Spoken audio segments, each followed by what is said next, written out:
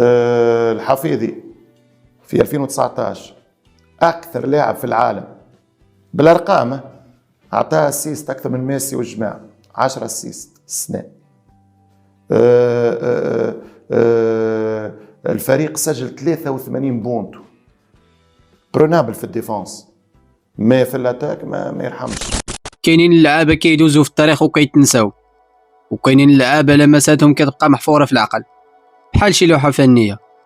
فاش كتمشي للمكانه وكتسمع السميه ديالو كتعرف بلي كيهضروا على المايسترو والساحر واللاعب اللي خلى الاسطوره بحال رونالدينيو يندهش من السحر ديالو في موندياليتو، من ازقه بجاد لقمه المجد العالمي، من معشوق الجماهير الخضراء للاعب غبر على الانظار بشكل مفاجئ ودرامي. اليوم في الصوت وحكايه غنروي لكم القصه الكامله لعبد الاله الحافظي، حكايه اللي بدات بالسحر وانتهت بعلامه استفهام كبيره. واش الاصابات هي اللي غدراتو ولا العقليه؟ يلا نكتشفوا الحقيقه. قبل ما نبداو القصه، الا كنتي من عشاق الرجاء البيضاوي وكيعجبك اللعب ديال الحافظي، اكتب سميتو في التعليقات واعطينا الراي ديالك فيه.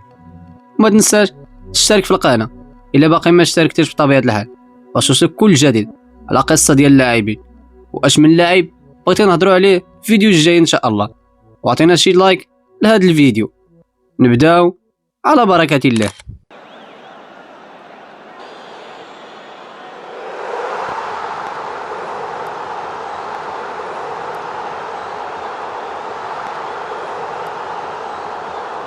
زاد عبد الاله في 30 يناير 1992 مدينه ابيجاد.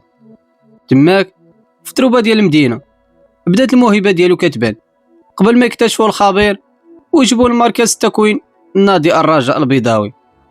حفيظي ما كانش جري عادي، كان كيبان كبر من عمره، وفي التيران واحد الذكاء خارق عنده، كره ديما لاصقه ليه في رجلو. في 2011 طلع الفريق الاول ديال الرجاء البيضاوي ومن تما بدات السيطره. حفيظي ما كانش غير كيلعب، كان كيرسم بالستيل المعروف، كيلعب بارد وراسو مرفوع وعينيه كيقراو التيران كامل.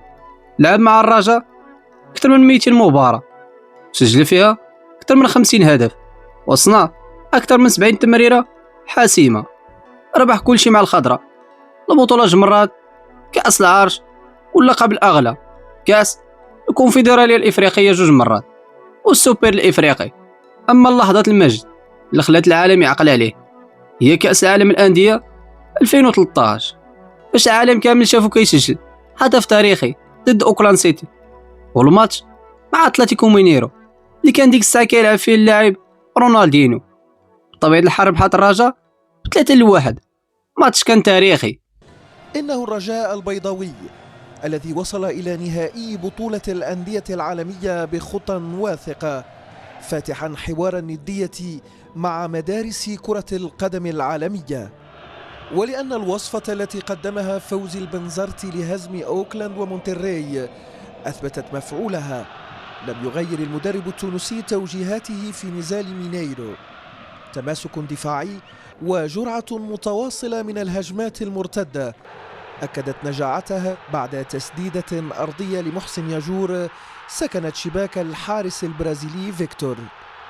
لكن رد بطل ليبرتادوريس جاء سريعا عبر ضربة خطأ نفذها رونالدينيو ببراعة في شباك خالد العسكري. هدف جملتهم في ذلك أن لديهم مهاجم من طينة محسن ياجور الذي اقتنص ضربة جزاء في دفاق رونالدينيو. وكيوصل مع الرجاء للفينال ضد العملاق البغير. السحر ديالو ما بقاش غير في كازا، بل وصل للمنتخب الوطني. كيف ما كتشوف بصراحه مده طويله ما جيت ليكيب ناسيونال. كيف ما كتشوف حنا دابا مع المحلي مع سي سلامي، كيف ما كتشوف الدعوه هذه كتعطينا واحد الشحنه كبيره بزاف ان شاء الله باش نرجع المستوى ديالي كبير ان شاء الله، كيف ما تعودوا عليه جمهور المغربي عامه ان شاء الله. وكيف ما كتشوف المقابله ديال غدا ان شاء الله ماشي مقابله سهله ان شاء الله. كنتمنوا ان شاء الله باش نقدموا واحد مباراه في المستوى ان شاء الله تعطينا واحد الحافز كبير ان شاء الله. كيف ما كنتمنى ان شاء الله الجمهور المغربي ان شاء الله يحضر المقابله ديال غدا ان شاء الله تعطينا حافز كبير من القدام ان شاء الله. من طبيعه الحال السؤال كيف ما كنشوف انا جيت غير البارح اجواء بالعكس جيت انا غير البارح مع اللاعبين اللي كانوا معي في محلي كيف ما كتشوف اجواء كاينه اجواء في المستوى كاين واحد لوبيونس ما بين الجروب ما كاينش شي اشكال زعما ما كاينش شي اشكال زعما راه اللاعبين ديال البطوله الوطنيه ولا اللاعبين ديال بالعكس الحمد لله كاين واحد الحمد لله كاين واحد الاكسبري ديال الجروب في المستوى ان شاء الله. الحفيظي لبس قميص الأسود الأطلس في أكثر من 20 مباراة. في كان 2013 سجل هدف رائع ضد جنوب إفريقيا فاش يلاه كان في عمره ديك الساعة 21 عام. أما في البطولات شال فكان هو القائد والمهندس اللي جاب المغرب اللقب في 2018 و2020 وكان كيتعتبر بدون منازع أحسن صانع الألعاب في إفريقيا محليا. المنتخب المغربي عبد الإله الحفيظي. صحيح لانه اشتغل كثير في وسط الملعب خصوصا في الشوط الثاني انه قدم الاضافه هو اللي خلق المساحات هو اللي كان كيراوغ وكيعطي الزياده العدديه وخصوصا انه لعب في وسط الميدان ثم لعب كجناح ايسر بعد التغيير سواء هذا اللاعب متعدد التخصصات اذا لذلك فالمدرب دائما ما يحتاج مثل هاد اللاعبين فهو تارة يلعب جناح ايمن تارة يلعب جناح ايسر. ولكن تمشي الرياح بما لا تشتهي السفن. المنعطف الخطير في القصه ديال الحفيظي كان هو المباراه السوبر الافريقي في 2019 ضد الترجي التونسي في قطر. الحفيظي سجل هدف رائع جاب به اللقب ولكن نفس الماتش غيتصاب اصابه خايبه في الرباط الصليبي. هذيك اللحظه كانت هي بدايه ديال النهايه ديال النسخه المرعبه ديال الحفيظي.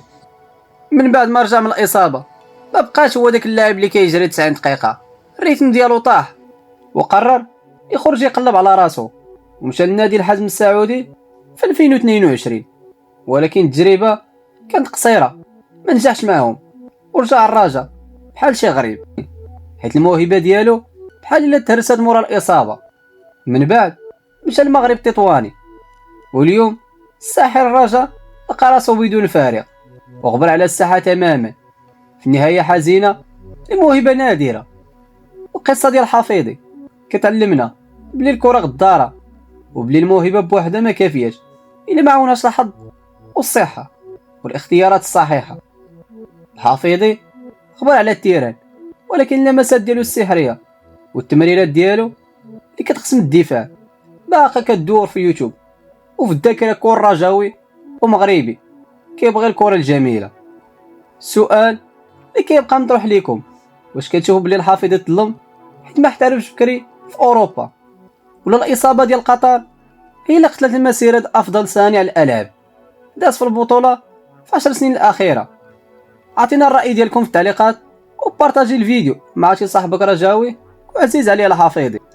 حتى انا خوتي صالي القصه كنتمنى تعجبكم وتعطينا شي لايك للفيديو واشترك في القناه الا باقي ما اشتركتيش بطبيعه الحال باش يوصلك كل جديد واعطينا شي تعليق تعطينا فيه الراي ديالك. كان معكم صوت وحكايه. تهلاو اخوتي حتى الفيديو الجاي ان شاء الله. تهلاو.